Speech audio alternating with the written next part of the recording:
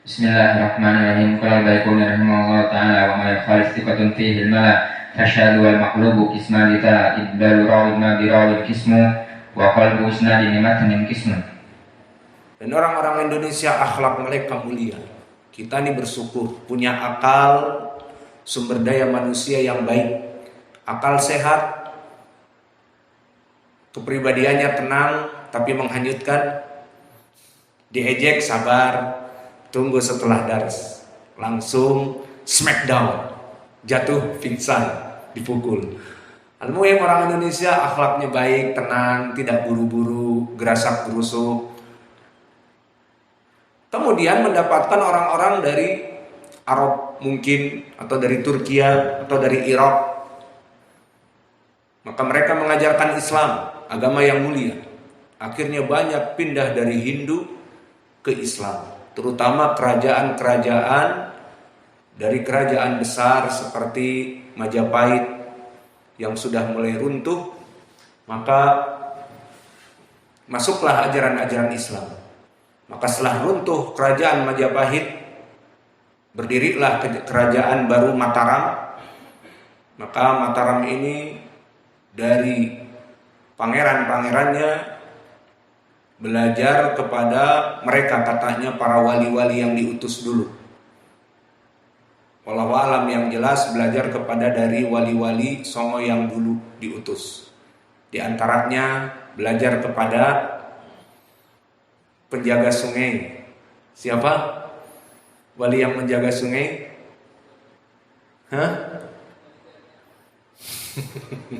Sunan Kalijaga, penjaga sungai, penjaga kali. Nah, dari situlah mulai para pangeran-pangeran ini belajar. Kemudian setelah itu mereka naik tahta beragama Islam. Dan mulai dari pangeran-pangeran yang muslim inilah terjadi pemberontakan kepada VOC. Kenapa? Karena mereka berpaham Islam jihad. Adapun di saat kerajaan-kerajaan masih Hindu dan Buddha, tidak ada pemikiran jihad.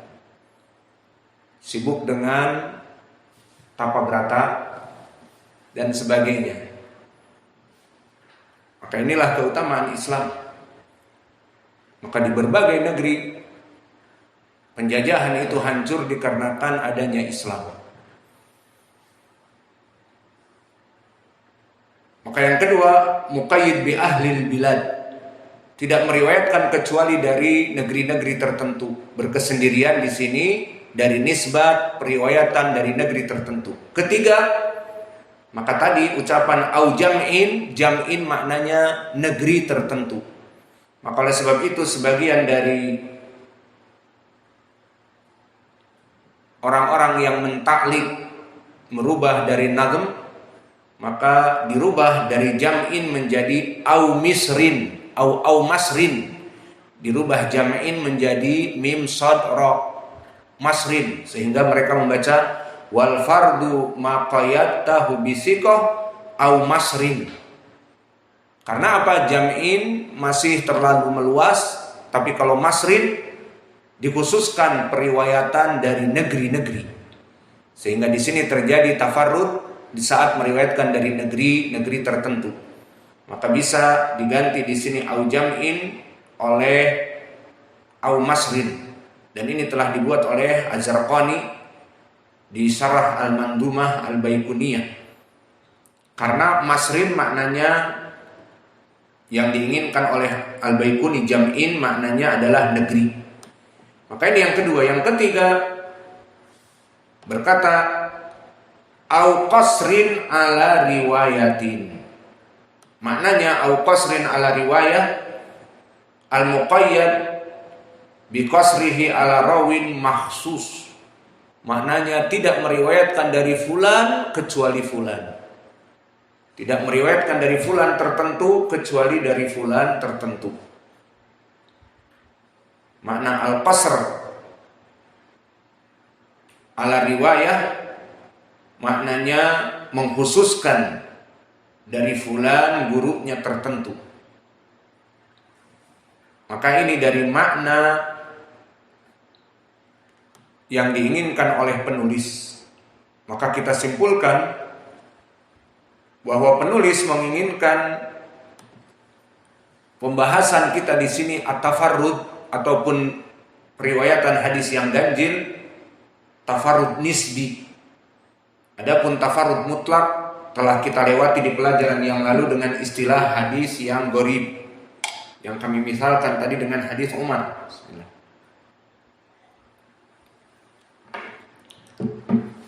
Namun di sini hadis al-fard nisbi, maka dia itu kembali kepada 3 perkara kata Syekh, kata muallif. Pertama, berkesendirian dari rawi yang thiqah.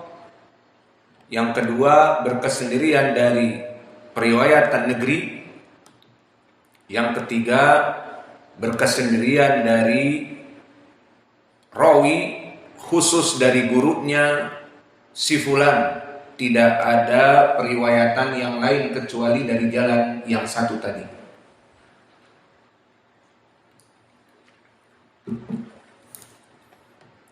Maka itu makna dari matan. Pertama, muqayyad bis-thiqah. Maknanya lam yarwi thiqah illa fulan. Tidaklah seorang thiqah itu meriwayatkan dari thiqah yang lainnya si fulan. Adapun nanti yang kedua, ahlul bilad telah berkesendirian dari periwayatan ahlul Yaman atau ahlul Iraq. Dan yang ketiga,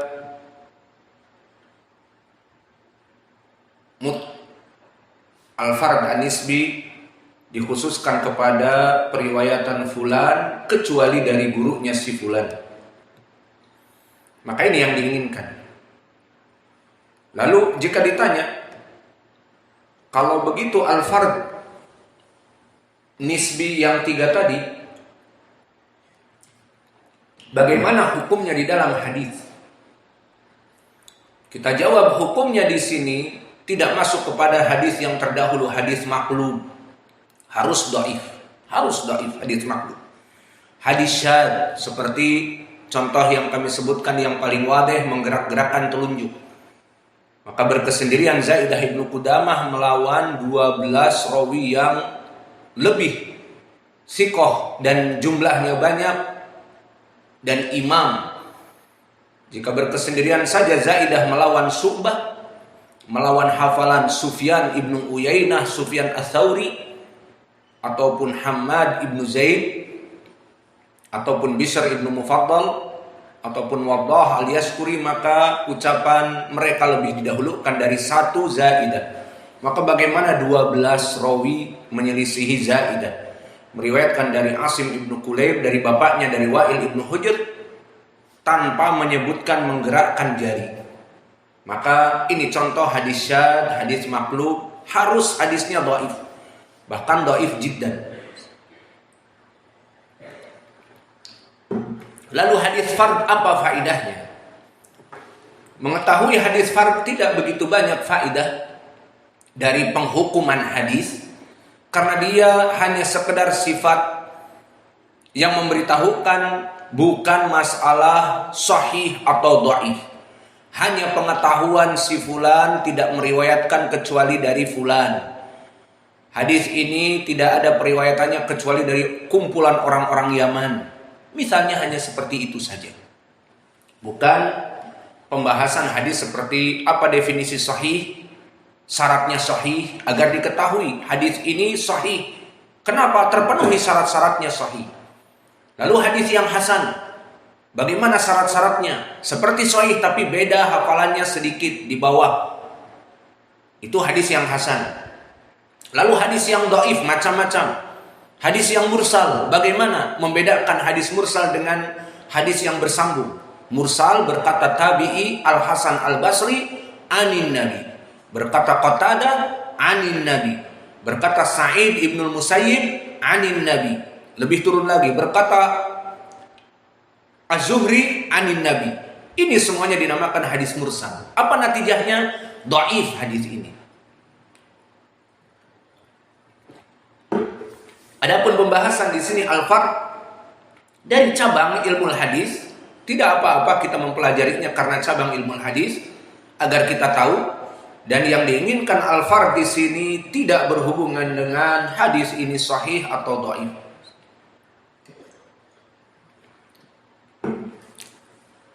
Maka apa hukumnya hadis al-fard? Hukumnya tidak berhubungan dengan sahih dan dhaif, maka jawabnya apa? Yundor fis sanad. Lihat di sanadnya. Maka contoh yang kami berikan tadi di Sahih Al-Bukhari. Hadis innamal a'malu binniyat. Hadis berkesendirian kita katakan al-fard al-mutlaq. Wah, berkesendirian berarti dhaif kalau begitu. Tidak. Dikeluarkan oleh Imam Al-Bukhari, lihat kesendiriannya. Hadis innamal a'malu binniyat tidak ada yang meriwayatkan dari para sahabat kecuali Umar. Lalu tidak ada yang meriwayatkan dari tabi'i kabir kecuali Alqamah ibnu Waqqas. Dan tidak ada yang meriwayatkan dari Alqamah ibnu Waqqas kecuali muridnya Muhammad ibnu Ibrahim At-Taimi. Dan tidak ada yang meriwayatkan dari muridnya Ibrahim At-Taimi kecuali Yahya ibnu Sa'id Al-Ansari, yang mana dia tabi'i yang paling kecil. Maka setelah itu merebak, diambillah oleh para itba' at-tabi'in hadis ini. Diambil dari Yahya ibnu Sa'id Al-Ansari banyak. Diambillah oleh Sufyan, dan Sufyan mempunyai murid yang ratusan. Diambil oleh Imam Hamad ibnu Zaid, dan Hamad ibnu Zaid mempunyai murid yang ratusan. Tidak berkesendirian lagi. Maka ini hukumnya hadis innamal a'malu binniyat apa? Sahih apa dhaif? Al-fard yang sahih. Sehingga hukumnya yundor fis sanad. Maka jika di sanadnya semua rijalnya thiqat, maka tafarrud yang sahih. Namun jika di sanadnya tadi berkesendirian, tidaklah hadis ini dengan lafaz ini berkesendirian dengan si fulan, maka hadis ini dhaif. Maka untuk contoh misalnya hadis al-fard yang dhaif, hadis yang ada di usul as-salasah. Hadis apa misalnya? Hadis ad-du'a mukhul ibadah. Ad-du'a is the core of the worship. Doa adalah otaknya ibadah. Kita katakan hadis ini kalau kita rujuk, sanadnya itu bertumpu kepada Ibnu Lahiyah. Semua di saat jamak turuk penyakitnya Abdullah Ibnu Lahiyah. Maka kita katakan berkesendirian di sini rawi Abdullah Ibnu Lahiyah, dan tidak ada jalan lain kecuali harus dari Abdullah ibnu Lahiyah. Maka sanad ini jadinya apa? Dhaif. Karena semua bertumpu kepada Abdullah ibnu Lahiyah.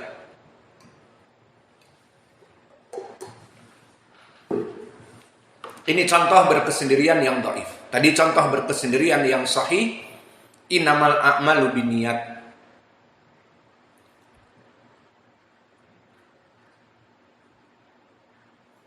Dan bisa kita katakan contoh berkesendirian yang hasan, hadis yang sering terulang dan terulang juga di khutbah apa? Kullu ibni Adam khata' wa khairul khata'ina at-tawwabun. Berkesendirian jalan dari Ali ibni Mas'adah, dari Qatadah, dari Anas. Semua jika antum jamak turuk hadis ini, sanadnya bertumpu kepada Ali ibni Mas'adah Al-Bahili, dari Qatadah, dari Anas. Maka mahal loh. Dilihat Ali ibn Mas'adah Al-Bahili, terjadi khilaf di kalangan para ulama. Sebagian mentausiknya, sebagian mendoifkannya, dan kebanyakan para ulama menghasankannya. Dan yang mendekati insaf adalah saduq hasanul hadits. Maka berkesendirian kepada Ali ibn Mas'adah, yang mana dia saduq, semua sanad bertumpu kepadanya. Kemudian Qatadah berpindah dari Ali ibn Mas'adah kepada Qatadah dari Anas. Qatadah mudallis. Kalau dikatakan gimana Qatadah di sini Anas? Jawabnya, maka Qatadah meskipun mudallis namun periwayatannya dari Anas la tadur. Karena min asbatin nas dari Anas. Qatadah adalah guru, Qatadah adalah murid yang paling banyak periwayatannya dari Anas. Sehingga an-anah mudallisin jika meriwayatkan dari gurunya yang banyak periwayatan darinya, ihtimal al-ittisal, memungkinkan untuk dia itu mendengar. Dan ini yang waqi', dia mendengar dari gurunya.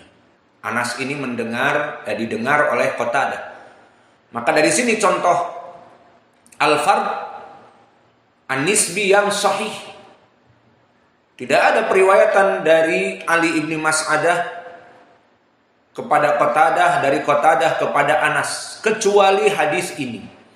Maka antum lihat Kullu ibni Adam khata, tulis seperti itu di semua kutubus sittah, kutubut tis'ah, masanid dan kutub-kutub yang lain akan kembali kepada sanadnya Ali ibn Mas'adah an Qatadah an Anas. Maka disebutkan tafarrud, berkesendirian riwayatan Ali dari Qatadah. Walakin ma hukmuhu hasan. Maka ana contohkan sekarang contoh-contoh tafarrud yang dia itu bisa sahih seperti innamal a'malu binniyat, bisa dhaif seperti ad-du'a mukhul ibadah, berkesendirian di dalam sanadnya itu adalah Abdullah bin Lahiyah dan dia hafalannya